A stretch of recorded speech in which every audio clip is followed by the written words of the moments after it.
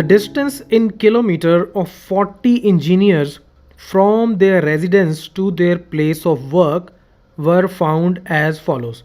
तो ये हमारे पास 40 इंजीनियर्स का डाटा है कि उनका घर उनके ऑफिस से कितना दूर है इन किलोमीटर्स, राइट। किसी का 5 किलोमीटर है, किसी का 3 किलोमीटर, किसी का 10 किलोमीटर।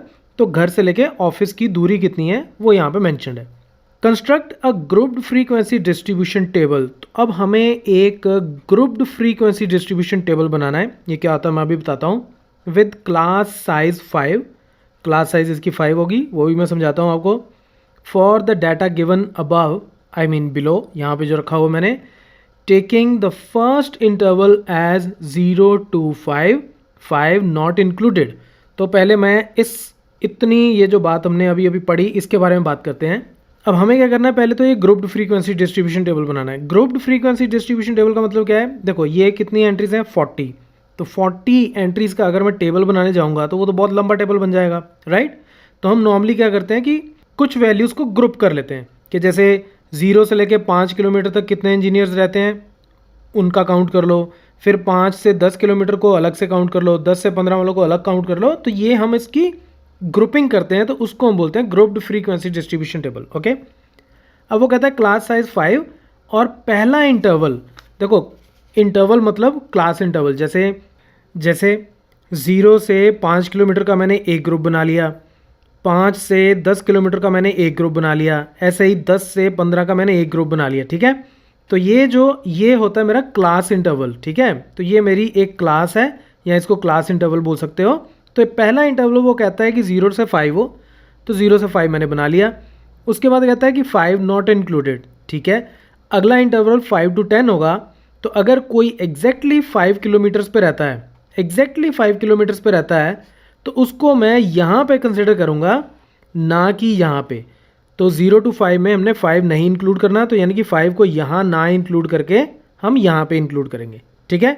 तो अब हम इसकी पहले तो क्लासेस बनाते हैं और देखते हैं कि कितनी क्लासेस चाहिए। देखो अब 0 से 5 पहली हो गई, तो इसी साइज़ की मैंने अगली क्लास बना ली 5 से 10, फिर इसी साइज़ की 10 to 15। तो मुझे कहाँ तक जाना है वो मुझे चेक करना होगा इसमें से कि इसमें सबसे बड़ी वैल्यू क्या है, और सबसे बड़ी वैल्यू क्या है 32।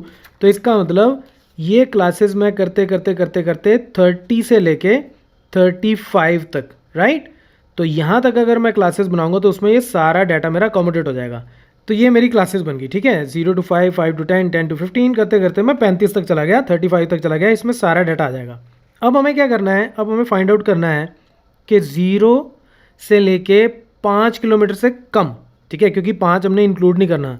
तो 0 से लेके बेसिकली कहाँ तक जाएगा, क्योंकि ये सारी इंटीजर वैल्यूज़ हैं, तो इसका मतलब 0 से लेके 4, 0 से लेके 4 तक जितनी भी वैल्यूज़ होगी उनका काउंट यहाँ आएगा। ये मैंने यहाँ पे रखा हुआ है डिस्टेंस इन किलोमीटर, और ये है नंबर ऑफ़ इंजीनियर्स, कितने इंजीनियर्स हैं जो इतने डिस्टेंस के बीच बीच में रहते हैं, तो उसको हम बोलते हैं फ्रीक्वेंसी। ये जो काउंट करेंगे इसको हम क्या बोलेंगे, फ्रीक्वेंसी। तो अब काउंट करते हैं। तो एक तो ये हो गया 1 2 3 4 5 एंड दैट्स इट। तो यानी कि 5 इंजीनियर्स ऐसे हैं जिनका घर और ऑफिस 5 किलोमीटर से कम पे है, ठीक है, क्योंकि 5 हमने नहीं इंक्लूड करना। तो एक मैं और कर देता हूँ, आपको बता देता हूँ, उसके बाद फिर मैं इसका सीधा आंसर लिख दूंगा, क्योंकि आपको समझ में आ गया कि इसको कैसे निकालना है, राइट। अब अगला जो है वो है 5 to 10। तो इसमें 5 तो मैं इंक्लूड करूँगा, लेकिन 10 को मैं नहीं इंक्लूड करूँगा। तो यानी कि ये एग्जैक्टली मुझे इसमें से 5 से लेकर 9 तक की एंट्रीज फाइंड आउट करनी है। So let's do that.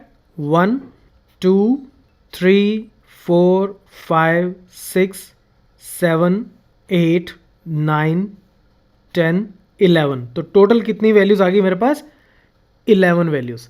Similarly आप इसकी बाकी वैल्यूज़ फाइंड आउट कर सकते हो। मैं यहाँ पे क्विकली लिख देता हूँ। तो ये मेरे पास टोटल डाटा आ गया। अब इसका जब आप टोटल करोगे तो टोटल 40 आना चाहिए, क्योंकि ये 40 वैल्यूज़ है हमारे पास। तो इसको मैं ऐड कर लेता हूँ। 16 + 11 27 + 9 36 37 38 to 40। तो इसका मतलब हमने फ्रीक्वेंसी डिस्ट्रीब्यूशन टेबल बिल्कुल ठीक बना लिया, ठीक है। अब कई बार ऐसा भी होता है कि फ्रीक्वेंसी डिस्ट्रीब्यूशन टेबल में हम एक और कॉलम बनाते हैं बीच में, वो होता है टैली मार्क्स, राइट। अगर आप बुक में पीछे आंसर देखोगे तो टैली मार्क्स का भी एक मेरे पास टेबल बना हुआ है। तो ये कोई मैंडेटरी नहीं होता आपका बनाना। बेसिकली आप जो फ्रीक्वेंसी डिस्ट्रीब्यूशन टेबल बनाते हो इस तरीके से, तो ये बिल्कुल ठीक होता है। अगर आपको जस्ट इन केस, ये बेसिकली किस लिए बनाते हैं, इस वैल्यू को फाइंड आउट करने के लिए कि जैसे मैंने 0 to 5 के सामने मैंने टैली मार्क्स का एक कॉलम बना लिया, ठीक है। तो मुझे 0 to 5 काउंट करने हैं, तो ये 3 आ गया, मैंने एक लाइन लगा दी, ठीक है। फिर मैं आगे गया, मुझे यहाँ पे ये 2 मिला, तो मैंने एक और लाइन लगा दी, ऐसे मैंने एक और फिर जब 5वीं लाइन होती है तो हम उसको इस तरह से कट कर लेते हैं, तो ये एक 5 का ग्रुप बन गया, ठीक है। अब जैसे 5 to 10 पे जाओगे आप, तो उसमें क्या होगा कि आपको 11, तो जब आप वैल्यूज़ फाइंड आउट करने जाओगे तो एक मिली, आपने एक लाइन लगाई, फिर दूसरी, तीसरी, चौथी, फिर 5वीं लाइन, फिर 1 2 3 4, फिर 5वीं लाइन, और उसके बाद फिर एक। तो इससे काउंट करना आसान हो जाता है कि 5 + 5 + 1, तो टोटल कितना हो गया मेरे पास, टोटल फिर से हो गया 11।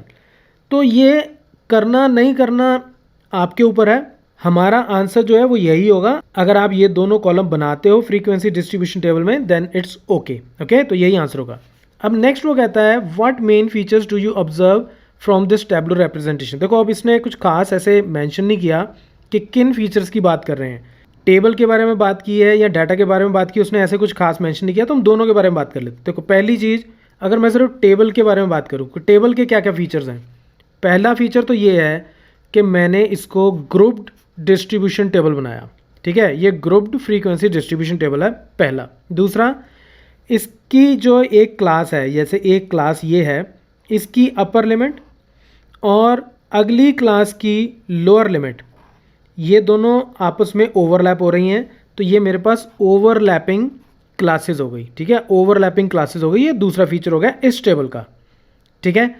तीसरा, इसका जो क्लास साइज़ है, क्लास साइज़ होता है कि जैसे इसकी लोअर लिमिट से अगर मैं इसकी लोअर लिमिट को माइनस कर दूं तो वो क्लास साइज़ होता है। तो 5 - 0 कितना हो गया, 5, तो इसका क्लास साइज़ है 5। अच्छा, दूसरी तरफ अगर मैं डाटा को असेस करूं तो मुझे ये पता चल रहा है कि 20 किलोमीटर से कम ज़्यादातर सारे इंजीनियर्स जो हैं वो 20 किलोमीटर से कम के डिस्टेंस पे रहते हैं। सिर्फ 4 ही इंजीनियर्स ऐसे हैं जो 20 किलोमीटर से ज़्यादा डिस्टेंस पे रहते हैं, right. So I think that's it from this tutorial. Keep watching मैथमाफिया।